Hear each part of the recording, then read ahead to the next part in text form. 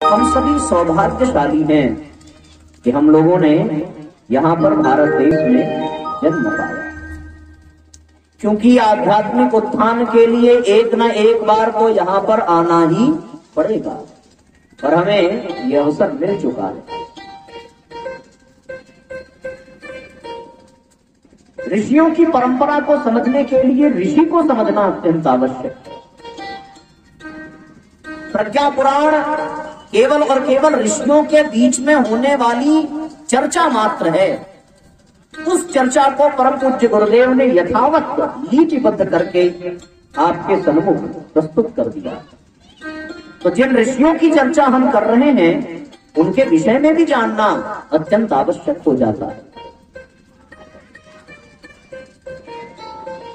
साधारण भाषा में कहें तो रिसर्च करने वाले को ऋषि कहते हैं।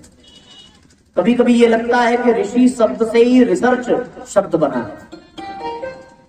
विदेश में जो लोग खोज करते हैं उनको साइंटिस्ट कहते हैं, वैज्ञानिक कहते हैं, पर अपने यहाँ परंपरा ये थी कि जो यहाँ पर शोध करते थे, नई नई चीजों को निकालते थे, उनको वैज्ञानिक नहीं, उनको ऋषि कहा जाता था। रिसर्च करने वाले को ऋषि कहा जाता था। वैज्ञानिकों का और ऋषियों का दोनों का उद्देश्य तो बिल्कुल समान होता है, उसमें कोई अंतर नहीं होता। दोनों का उद्देश्य समान है। दोनों के मन में दूसरों को लाभ पहुंचाने की भावना ही होती है। वैज्ञानिक भी सत्य का खोज करता है और ऋषि भी सत्य की खोज करता है। दोनों की खोज सत्य के लिए है, पूर्णता के लिए है। जन साधारण को लाभ पहुंचाने के लिए वैज्ञानिक भी तटस्थ है और जन साधारण को लाभान्वित करने के लिए ऋषि भी अपनी योजना बनाते हैं। दोनों के उद्देश्य में सामाजिक हित छिपा है, दोनों के उद्देश्य में लोकहित छिपा हुआ है। इतनी समानता होने के बावजूद भी दोनों में बहुत बड़ा अंतर भी देखने को मिलता है। और वो बड़ा अंतर क्या है कि वैज्ञानिक जो शोध करता है वो परमात्मा पर नहीं, वो पदार्थों में शोध करता है। लेकिन ऋषि जो शोध करता है वो पदार्थों में नहीं करता, परमात्मा में शोध करता है। पदार्थ परिवर्तनशील है, आज है कल उसका स्वरूप कुछ और हो जाएगा। आप किसी भी वस्तु को जीवन पर्यंत एक ही अवस्था में नहीं देख सकते। अरे पदार्थों की छोड़ो, आपका अपना ये शरीर हमेशा एक अवस्था में नहीं रहता। हम बचपन में कुछ थे, युवा हुए कुछ हुए और बड़े हुए कुछ होंगे, और जब मरने की कगार पर पहुंचेंगे तब तक ये शरीर पूरी तरह बदल जाएगा। जो आपको वृद्धावस्था में देखे और फिर आपके बचपन में आपको देखे तो वो पहचान नहीं पाएगा, इतना परिवर्तन हो जाता है। तो जब इस शरीर में इतना परिवर्तन हो जाता है तो फिर पदार्थों में तो अपने आप होना ही स्वाभाविक है। जब पदार्थों में परिवर्तन हो जाए तो पदार्थों पर किए गए शोध का परिणाम भी परिवर्तनशील हो जाता है, उसमें भी परिवर्तन होता है। लेकिन परमात्मा में जो शोध होती है वो सनातन होती है, न वो कभी पुरातन होती है न कभी नूतन होती है। वो सदैव सनातन ही रहती है, सदैव सत्य ही रहती है, सदैव पूर्ण ही रहती है। वैज्ञानिकों द्वारा खोजी गई चीजें दूसरों के लिए नुकसानदायक भी हो सकती हैं। मानते हो ना इस बात को? वैज्ञानिकों ने फ्रीज खोजा। फ्रीज केवल लाभदायक है ऐसी बात नहीं है, वो नुकसानदायक भी है। वैज्ञानिकों ने एसी खोजा, शोध करके दिया, तो वो केवल लाभदायक है ऐसी बात नहीं है, वो नुकसानदायक भी है। ये बिल्कुल वही वाली बात है कल वाली कि चाकू खोज करके दे तो दिया, उद्देश्य भले हो कि सब्जी काटने के काम आएगा, पर उससे गला भी कटने लगा।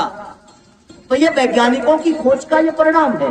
लेकिन जो ऋषि खोजता है उसमें कोई नुकसान नहीं होता, नुकसान की संभावना होती ही नहीं है।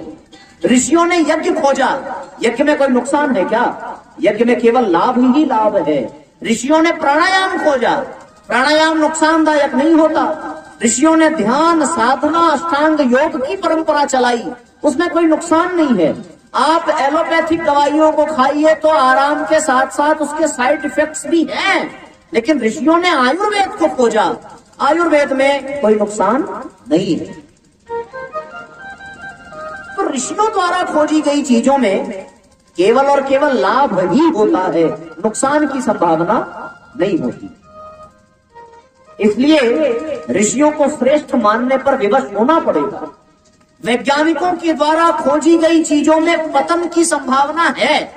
वैज्ञानिकों ने मोबाइल खोजा, इसमें पतन की संभावना पूरी है, लेकिन ऋषियों ने जो खोजा उसमें पतन नहीं, केवल और केवल उत्थान ही उत्थान है। क्यों? क्योंकि ऋषियों की खोज पदार्थों में नहीं होती, ऋषियों की खोज आत्मा में होती है, परमात्मा में होती है, चेतना में होती है। इसलिए साथियों, ऋषि और वैज्ञानिक में एक बड़ा विशेष अंतर देखने को यह मिलता है कि वैज्ञानिक खोज करके तब मानता है और ऋषि मानकर तब खोजता है। ये ऋषियों की परंपरा है। और इस दुनिया में जो कुछ भी श्रेष्ठ है वो केवल और केवल, ये कहना अतिशयोक्ति नहीं होगी, ये ऋषियों के कारण ही है। जीन्स पहनने वालों यदि कभी फुर्सत मिले तो धोती पहनने वालों से पूछना कि आराम किसमें है और आनंद किसमें है। ये जीन्स वैज्ञानिकों ने खोजा है, पर धोती की परंपरा ऋषियों ने शुरू की है। और सत्य कहता हूं, कभी धोती पहन कर देखना। हमारे यहाँ अलग अलग विधा से धोतियां भी पहनी जाती हैं। अपने गायत्री परिवार में अलग तरीके से होगा, आरएसएस में अलग तरीके से होगा, अद्धी धोती अलग होती है, पूरी अलग होती है। उसके भी लुंगी की भी एक परंपरा है दक्षिण भारत में। तो हर जगह की अपनी है। ये जो शोध है ना, इसमें नुकसान नहीं है। ये फुल एयर कंडीशन परंपरा है। जींस पहनने वाला बीमार पड़ जाएगा और धोती पहनने वाला कभी नहीं पड़ सकता। ये भैया जानते हैं। आज भी जूता चप्पल पहनने वालों से कहीं ज्यादा स्वस्थ और मजबूत खड़ाऊ और चट्टी पहनने वाले हैं, इसमें कोई दो राय नहीं है। और ये ऋषियों की देन थी, ये वैज्ञानिकों की देन नहीं। आहार कल्प की व्यवस्था ऋषियों ने प्रारंभ की थी। प्राणायाम योगासन की व्यवस्था ऋषियों ने प्रारंभ की थी। मैं उनसे भी निवेदन करूंगा, वे लोग जो जिम जाना पसंद करते हैं, यदि वो ईमानदारी से एक बार योग करके देखें और प्रज्ञा योग और सूर्य नमस्कार करना सीख लें, तो मैं दावे के साथ कह सकता हूं, कुत्तों की तरह जिम में हांफना नहीं पड़ेगा। क्योंकि जिम में जाने पर आप शरीर को मजबूत कर लो, लेकिन आत्मा को मजबूत करने के लिए ऋषियों की हाथी को ही अपने जीवन में स्थान देना पड़ेगा। आज शरीर से हट्टा कट्टा मनुष्य 4 सीढ़ियां चढ़ने के बाद हांफने लगता है, और पहले के ऋषि महर्षि को दिखने में सूख कर कांटे हो जाते हैं। यदि वो किसी राक्षस का हाथ पकड़ लेते थे तो वो राक्षस डरने लगते थे कि कहीं ये कोई श्राप ना दे दें और जीवन नष्ट ना हो जाए, भ्रष्ट ना हो जाए। और वो ऋषि किसी महल में नहीं रहते थे, उनका सम्मेलन किसी 5 स्टार होटल में नहीं होता था। उनका सम्मेलन वृक्षों के नीचे, नदियों के किनारे, किसी तीर्थ में होता था। और फिर वो पूर्ण रूपेण बिल्कुल इको फ्रेंडली सम्मेलन हुआ करता था। आज के जो सम्मेलन होते हैं उसमें प्लास्टिक का ग्लास यूज होता है, और वो प्लास्टिक का ग्लास कभी नष्ट नहीं होता, वो एक और प्रदूषण का कारण बन जाता है।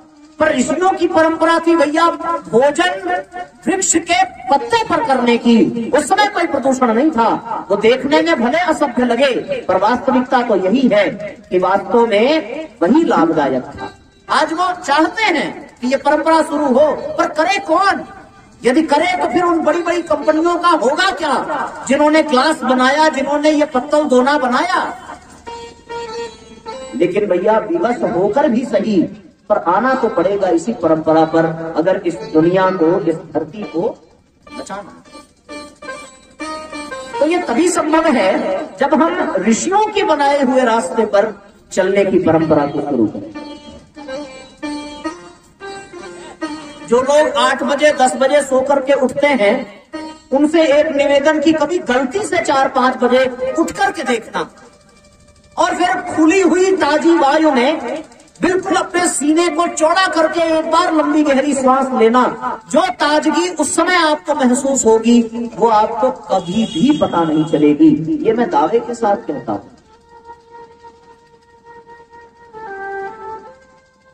इसलिए साथियों, ऋषियों के द्वारा बनाए गए सूत्र को अपना करके देखो। सूर्योदय से पूर्व उठने के लिए उन्होंने इसलिए नहीं कहा कि आपको परेशान करने का उद्देश्य था, बल्कि इसलिए कहा गया कि नींद हराम नहीं, जीवन को आरामदायक बनाने के लिए सूर्योदय से पूर्व उठना आवश्यक है।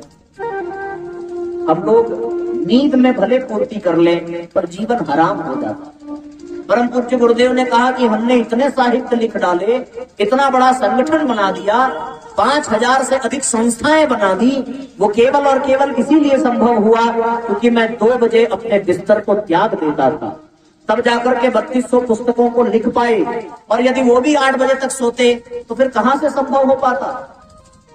ऋषियों के द्वारा किए गए सारे कार्य ब्रह्म मुहूर्त में ही हुए हैं। अब तो ये मोबाइल आ गया, लेकिन प्रारंभिक समय में जब नया नया ये निकला था और नेटवर्क की समस्या हुआ करती थी, तो लोग कैसे हाथ में लेकर के पागलों की तरह कभी छत पर भागते थे, कभी दरवाजे पर भागते थे, कभी हाँ ये वाले पेड़ के नीचे बढ़िया नेटवर्क आता है, ये वाले पेड़ के नीचे बढ़िया नेटवर्क आता है, और कहाँ लोग घुस जाते थे। न जाने कितनों को बाथरूम में नेटवर्क मिलता था, वहीं पर खड़े होकर के अपनी बात करने की स्थिति थी। नेटवर्क की बड़ी दिक्कत थी। लेकिन जब वो नेटवर्क की तलाश करते थे तो उनको दिन के किसी समय में नेटवर्क मिले या ना मिले, पर सवेरे भोर में नेटवर्क बहुत बढ़िया मिलता था। याद है जो पहले लोगों ने मोबाइल लिया होगा, किसको किसके साथ ये घटना घटी, जरा हाथ उठाओ। ऐसा हुआ कभी कि दिन में प्रारंभिक दिनों में जब ये प्रचलन में नहीं था उतना, तो फिर दिन भर नेटवर्क नहीं मिलता था, कहीं पे भी जाओ तो फिर सुबह ही नेटवर्क मिलता था। एक आदमी गया पीसीओ पर फोन लगाने के लिए, रात में 10 बार मिलाया, बार एक ही बात बोले कि भैया नेटवर्क काम नहीं कर रहा। तो पीसीओ के मालिक ने बताया कि बाबा जी आप एक काम करो, सवेरे 4 बजे आ जाना, पूरा नेटवर्क मिलेगा। अब वो चले गए, भाई जरूरी बात थी, तो वो 4 बजे चले गए सुनने। वो फोन मिलाया, बस एक ही झटके में मिल गया।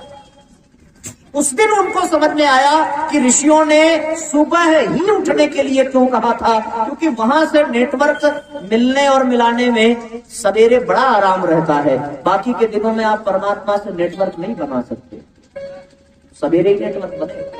और इसीलिए संध्या वंदन का समय ब्रह्म मुहूर्त में ही रखा गया। ये ऋषियों की परंपरा।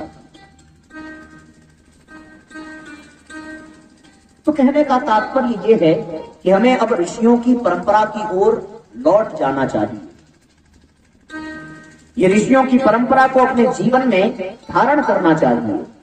और ऋषियों के बारे में यह है कि ऋषियः द्रष्टारः, अर्थात जो प्रकृति में होने वाले परिवर्तन को और परमात्मा की इच्छा को प्रत्यक्ष देख सके और उसको इस धरती पर लागू कर सके, वो ऋषि है।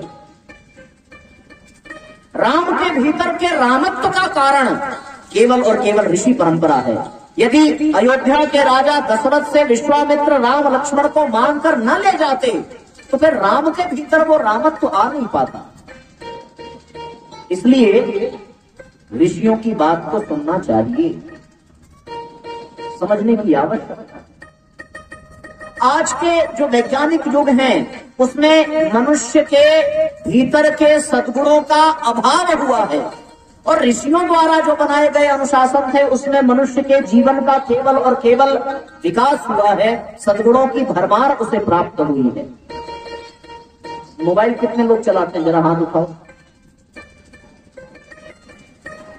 इसमें बेइज्जती वाली कोई बात थोड़ी है। जो लोग मोबाइल चलाते हैं वो तो दिखाते हैं कि हमारा एप्पल वाला है,